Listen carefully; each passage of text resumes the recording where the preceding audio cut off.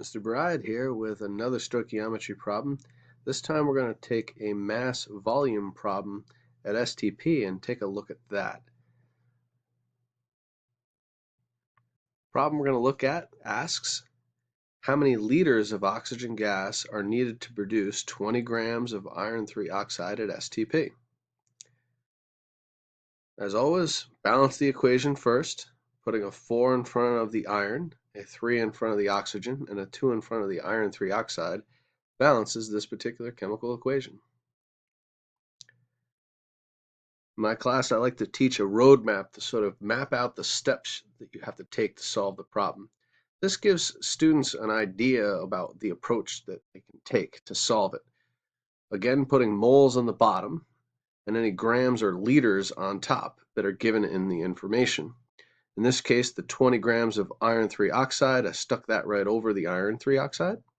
And since we're solving for liters of oxygen, I put that over the oxygen. We can't go from grams to liters directly in the chemical equation. We need to go into the realm of moles, and that's why we use the arrows to represent the conversion factors.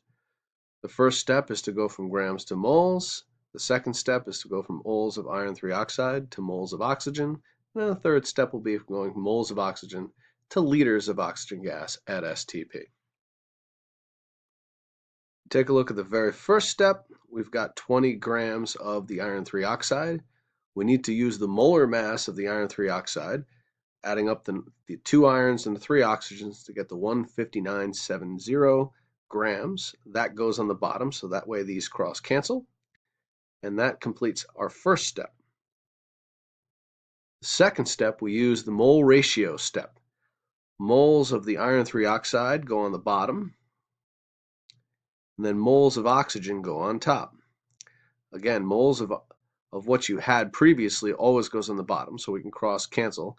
And we take the balanced equation numbers, the 2 in front of the iron 3 oxide and the 3 in front of the oxygen gas, to get the setup that we're looking for.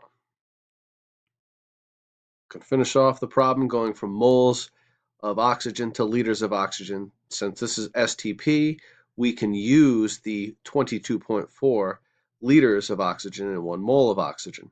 The setup goes 1 mole of oxygen on the bottom, and the 22.4 liters of oxygen goes on top. This will get us to our desired unit to complete the problem. And if we multiply and divide across, starting with the 20, dividing by the 159.7, multiplying by 3, dividing by 2, multiplying by 22.4, that'll give us the final answer of 4.21 liters of oxygen gas to finish off our problem.